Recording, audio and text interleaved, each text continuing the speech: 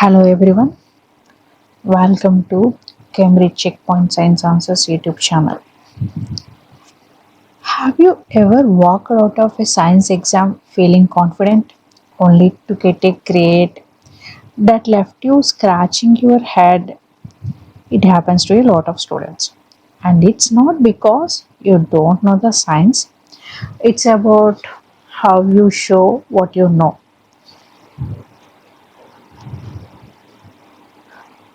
Now, in this video, we are going to pull back the curtain on Cambridge Checkpoint Science exams. We will show you exactly why students lose marks even when they have the right knowledge, and we will give you the tools you need to write answers that impress the examiner every time. Have you ever walked out of a science exam feeling confident only to get a lower mark than you expected? The truth is, it's a common experience for many students. Often, it's not about a lack of knowledge, but a failure to answer the question in the way examiners are looking for. Here are the top reasons why students lose marks even when they know the science. First, you might not be answering the specific question. It's easy to write down everything you know about a topic, but if your answer does not directly address the question being asked, you won't get the marks. For an instance, if the question is why is a bat a mammal? Answering bats have wings and can fly is incorrect because it doesn't address the characteristics of a mammal. The correct answer would be something like bats are mammals because they have fur and feed milk to their young ones. The next one is lack of precise scientific language. Using everyday words can show you a general idea, but examiners need to see that you know and can use the correct scientific terms. For an example, instead of saying the stuff plants use to get energy from the sun, you must use the correct term chlorophyll to earn the mark. Okay, and the third one, for any calculations, you simply must show your work. Just writing down the final answer is not enough. The steps are what earn you the marks and partial credit. For example, for a density calculation, just writing 10 grams per centimeter cube is not enough. You must show the formula and the density numbers you use in that, such as density is equal to mass by volume is equal to 50 grams by 5 centimeter cubes is equal to 10 grams per centimeter cube. And the fourth one is you might be ignoring the provided information. If a question includes a graph, a diagram, or a table, you are expected to use it in your answer. Don't just rely on what's in your head. Example, if a question includes a graph showing a plant's growth over time, you can't just state plants grow over time. You must reference the graph. For example, based on the graph, the plant grew from 5 centimeters to 20 centimeters between day 1 and day 10. And the next one, finally, poorly structured answer. It can cost you a confusing or disorganized explanation.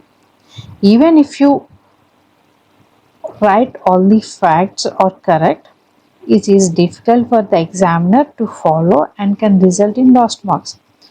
For an example, when asked to explain the water cycle, a jumbled list like it rains, then it evaporates, then it goes into clouds. It is less effective than a clear sequential explanation that uses terms like evaporation, condensation, and precipitation.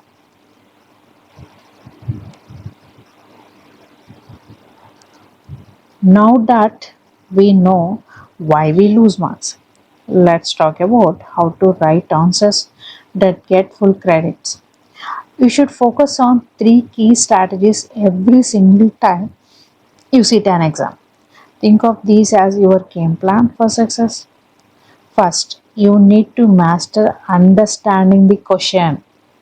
And the second one, it's about structuring your response in a way that is clear and easy for the examiner to read. And the third one is you have to be disciplined about using precise language. Let's break down the first key area, content knowledge. This is the foundation of everything you do in science. It's the knowledge you gain from your textbooks, your class notes, and your teacher's lessons. It includes all the facts, definitions, and core concepts you need to remember. And think of it as a toolkit. For an example, if you see a battery, your content knowledge tells you what an electrical circuit is. If you see a plant, you know the definition of photosynthesis. And when you see a magnet, you know its basic properties. Now, here is the part that often separates good answers from great answers. That is the scientific inquiry. We can call it as the how. This is where you go beyond just reciting facts. It's about thinking like a scientist and showing the examiner that you can apply your knowledge to new situations. You will be asked to plan investigations, making predictions, and analyze data from experiments. For example, the question mark represents planning an experiment to answer a specific question, and the crystal ball represents making a reasoned prediction or a hypothesis. And the magnifying glass represents analyzing results, looking at data tables, and using them to draw a valid conclusion.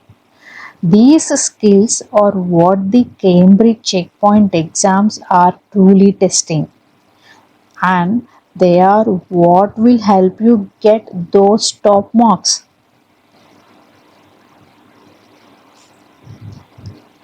Alright, everyone, let's start looking at the specific skills you need for your Cambridge checkpoint science exams.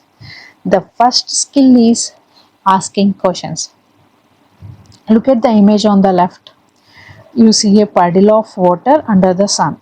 We know from our everyday life that on a sunny day that puddle will eventually disappear. Now, the examiner won't just ask you to state that. It will ask you to think like a scientist. The exam question might be, what question could you ask about this observation? And many students, when they see this in the exam, will just write a statement like the puddle dried up. This is a wrong answer because it's a statement of fact and it's not a question. The right answer is to actually form a question. Something like, where did the water go? This shows you are thinking critically about the process. Now, here is a meta tip for you, a simple rule to remember. If the question asks you to provide a question, your answer must end with a question mark. This might seem obvious, but it's a common mistake that can cost you an easy mark. So, when you see a question, asking for a question, make sure to end your response with a question mark. Right? Alright, let's move on to our second scientific skill, making predictions. Look at the image on the right. We see a hand about to drop a tennis ball, or it is dropping a tennis ball. Now the exam won't ask you what has happened, but rather what will happen.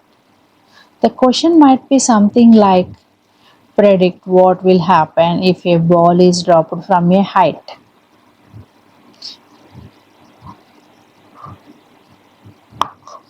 Are you predicting? Very good. A common mistake here is to write a statement in the past tense. A wrong answer would be something like the ball fell. This is a statement of fact about something that has already happened. The word predict means you are talking about the future. The right answer uses the future tense. It should be something like it will fall to the ground or it will be falling to the ground. Yes. This shows the examiner that you are making a prediction about a future event. Here is your great meta tip for you. A simple way to make sure your answer is in the future tense is to always start your prediction with the phrase it will. This little trick forces you to think ahead and use the correct tense and helping you to get that mark every time. Well, let's move on to our third scientific skill, observing and sorting. Look at this slide. We have a list of four objects: a nail, a coin, a plastic ruler, and a paper clip. The question asks us to sort these objects into two groups, one magnetic and non-magnetic. Now, a very common mistake students make is to describe the objects instead of sorting them. For example, the wrong answer would be to say the coin is shiny. Yes, the coin is shiny. That's a correct observation. It doesn't answer the question. The question is not asking you to describe the objects. It's asking you to sort them. So the right answer is to correctly place each object into its designated category. You need to create two lists like you see here. Under magnet, you would write nail and paper clip, and then under non-magnetic, you would write coin and plastic ruler. This clearly shows that you understand the task and have correctly applied your knowledge. So here is your meta tip again for this skill. If the instruction says sort, group or classify, your only job is to put the items into the correct categories. Do not just describe their properties. That's a different task entirely. Now let's go over our fourth scientific skill, recording data. Be careful. Look at the two tables on these slides. Both are meant to record the height of a plant over 3 weeks. The table on the left shows a common mistakes usually students do. In week 3, a student has written the plant grew taller. This is a wrong answer because you are using a sentence instead of just a number. Data tables are for specific pieces of information and those are not for full sentences. The table on the right shows the right way to record data. In week 3, the student has simply written the number 6. This is exactly what the table is for, recording a specific piece of data. In this case, the plant's height in centimeters. Here is your meta tip for recording data. Remember that tables need numbers or short words, not sentences. If you see a blank space in a table, your job is to fill it with the requested data, whether it's a measurement, a count, or a specific label. Don't write an explanation, just record the data.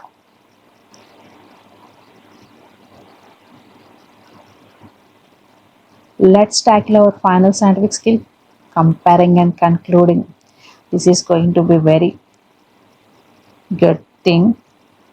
Take a look at the image on the left. You see two plants, one in the sun and one in the shade. The plant in the sun is clearly much larger. The exam will ask you to compare these two plants and draw a conclusion.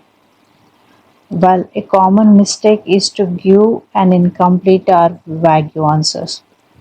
If you write a wrong answer like the plant in the sun grew more, actually this is a correct observation, but it's not a complete conclusion. You should write a conclusion here. It doesn't explain how it grew more or why.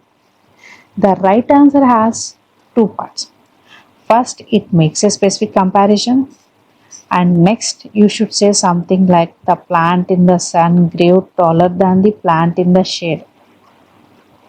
So, here, what you must remember is that you must link that observation to a scientific reason. Here, see the second sentence. These show plants need sunlight to grow well. So, here it is giving the conclusion too, comparing and conclusion. So here is your meta tip for this skill. A strong conclusion does two things. One, it makes a specific comparison using words like than or more, and two, it links your result to a scientific reason you have learned in class. This is how you show you have truly understood the experiment and the science behind it. Alright, everyone. Let's bring it all together with the master key.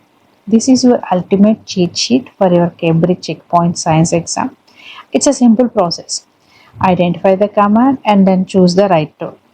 When you see a question, the first thing you need to do is look for the command word. If the question says to ask, your tool is to pose a question and your answer must end with a question mark. If the question says to predict, your tool is to forecast the future. Remember our tip, start your answer with it will. If the question says to sort or group, your tool is to categorize the items. Don't describe them, just create clear lists of the objects. And if the question says to record, your tool is to provide data. Your job is simply to fill in the blank with a number or a short word, not a sentence. And finally, if the question asks you to compare or conclude, your tool is a two-step process. First, compare by using the word then, and second, explain the scientific reason using this shows. By using this master key, you will know exactly what to do with every single question in the exam. So there you have it. The keys to mastering your Cambridge Checkpoint Science exams go beyond just knowing the facts. By focusing on understanding command words, structuring your answers clearly, and using precise scientific language, you are building the skills of a true scientist. And if you found this video helpful, please give it a thumbs up and share it with your friends. And don't forget to hit that subscribe button and click the bell icon so you don't miss our next video. We have got plenty more tips and tricks coming your way to help you ace your exams. Thanks for watching.